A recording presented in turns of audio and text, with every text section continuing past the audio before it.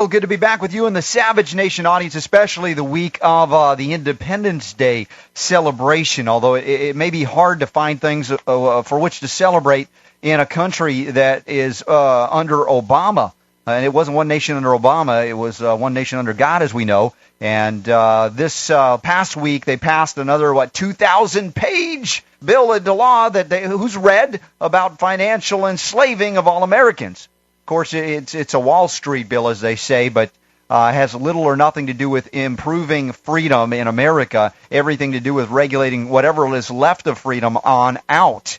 And if we think about the forcing of the use of what we call fiat fractional reserve-based money, paper money backed by nothing, I'm thinking nutritionally speaking, why doesn't Obama just go ahead and make Twinkies mandatory as well, right? Hostess cupcakes, Twinkies for everybody, because that has about as much integrity as the money has at this point.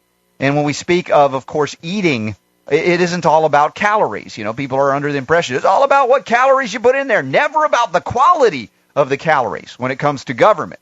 And there was an interesting report, Michael, about organic food recently. They say it has a special halo.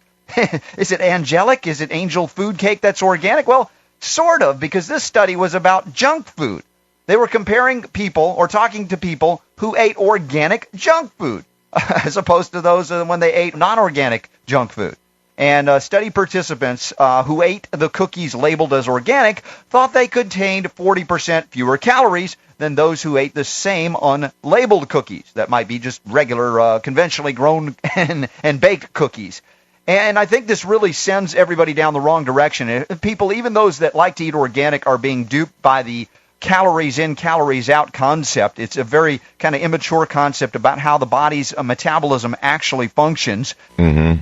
It tells me a lot that we have a lot of ways to go before even those that are trying to do better really understand what it takes to be well. Because when a focal point is all about calories and nothing about toxins, you know, what's the point of comparing organic junk food to synthetic junk food? I mean, it's still junk food. Okay, albeit with maybe a few less toxins. Okay, I'll give you that.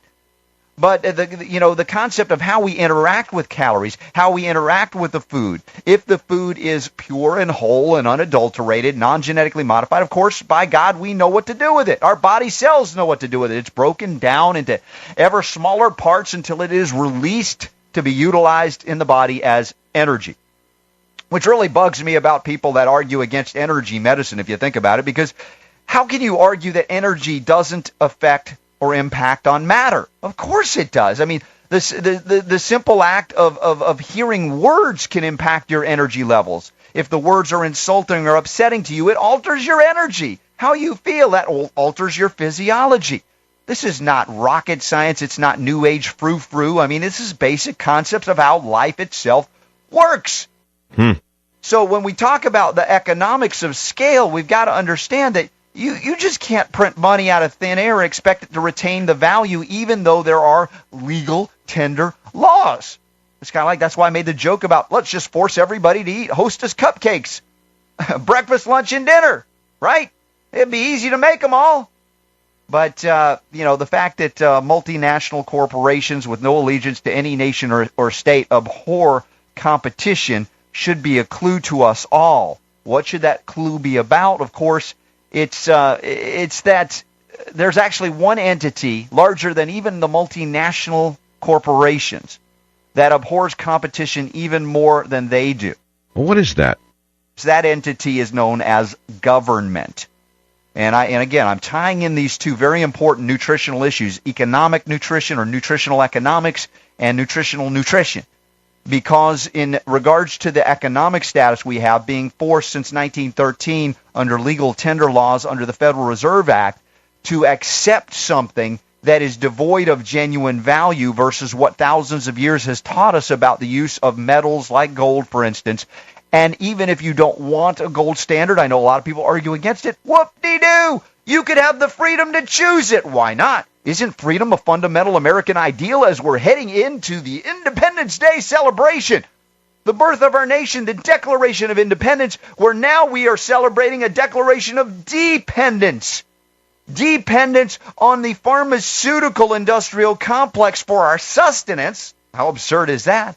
and dependence on international bankers and Wall Street financiers for our economic sustenance, as Obama and even those preceding him have basically laid waste to the idea that Americans could choose for themselves how they want to be compensated, how they want to work, how they want to enter into contracts, whether they want to be paid in gold or silver or fiat money. Should that not be the choice of every American to make if we believe that we are born with a fundamental inherent, let's say, if we call it a gene for freedom, the freedom to choose our lives as long as we violated the rights of no one else.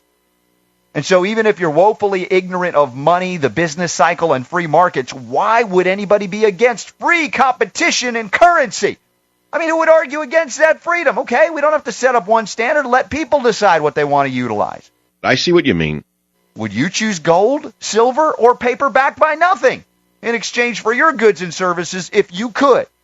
And, of course, that begs the question. Maybe it answers the question as to why they don't want freedom. Because they know that Americans would be smart enough to say, hey, enough with the paper. Let's trade intangibles. Let's trade in something that actually will retain its value and not lose it over time. Remember, the dollar, as it stands as defined by the Federal Reserve System, is worth, less than 4 cents compared to the dollar it was in 1913. So don't tell me when Bernanke goes up and says, I am here, the Federal Reserve System is here to protect the integrity of the dollar. No, they've trashed the dollar for almost 100 years.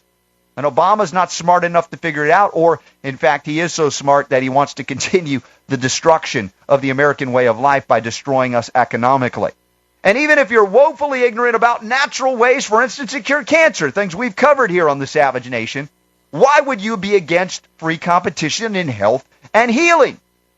Like, would you choose, doctors who provide you with options other than chemotherapy, radiation, and surgery for any of these serious diseases if you had the choice to do so? Because right now, Americans have to go to Mexico, the Bahamas, to Thailand, to Costa Rica, just to get other care that the FDA will not allow. Because why?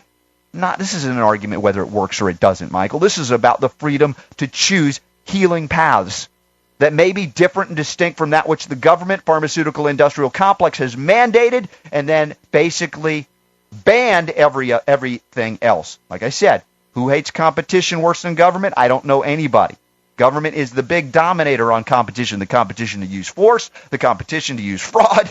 No, that's what they do all the time. If anybody else tries to do that, of course, rightfully they should be taken out of the so-called equation. Right. But the free market, that's different. That's not what we've seen in so many decades in America. So when the leftists, the liberals claim that it was freedom that has done us in, they are wrong. They are so wrong because it isn't freedom. It's corporatism. It's corporate welfare that has done us in. It's the lack of freedom. It's monopolies. It's mandates from government that have done us in. And you don't think with all the innovation in the 20th century we could have other options for energy as well? Again, this is an oil monopoly as well. There isn't a free market for energy, and if there were, innovation in America would certainly eventually trump the need for so-called oil as the oil-based economy. But we've had a monopoly, and government has sanctioned and defended that monopoly, so when they're blaming the corporations, they should be looking in the mirror. They're the ones doing it. And so, I talk about the freedom to heal, and I know I rail on the FDA, and deservedly so, but they're not the real problem. Well, explain what you mean by that. We are. Why? We are the real problem. How could a freedom-loving people, for goodness sake, it's almost Independence Day, how could we put up with an overreaching bureaucratic oligarchy that operates under color of law, mandating what we must do while prohibiting everything else, particularly that which is natural, in the care of our bodies, mind, and spirit, much less our economic health? And as we're about to celebrate the July 4th, I hardly feel like celebrating the loss of liberty for which most Americans still seem content.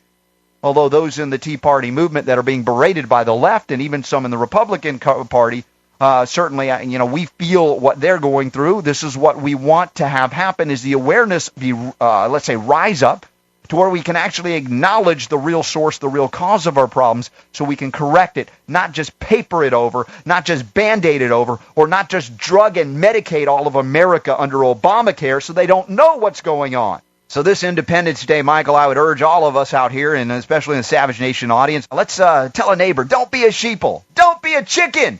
You were born to be free, and it's time to start living as though you are, instead of scratching around in the dirt like other chickens or being corralled with the other sheeple just awaiting feeding time or being corralled into slaughter.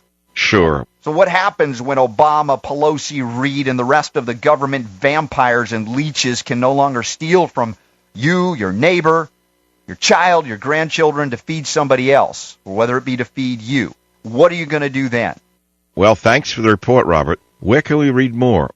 Thanks again, Michael, for having me on. For those who love liberty, please check out my website at Robert Scott.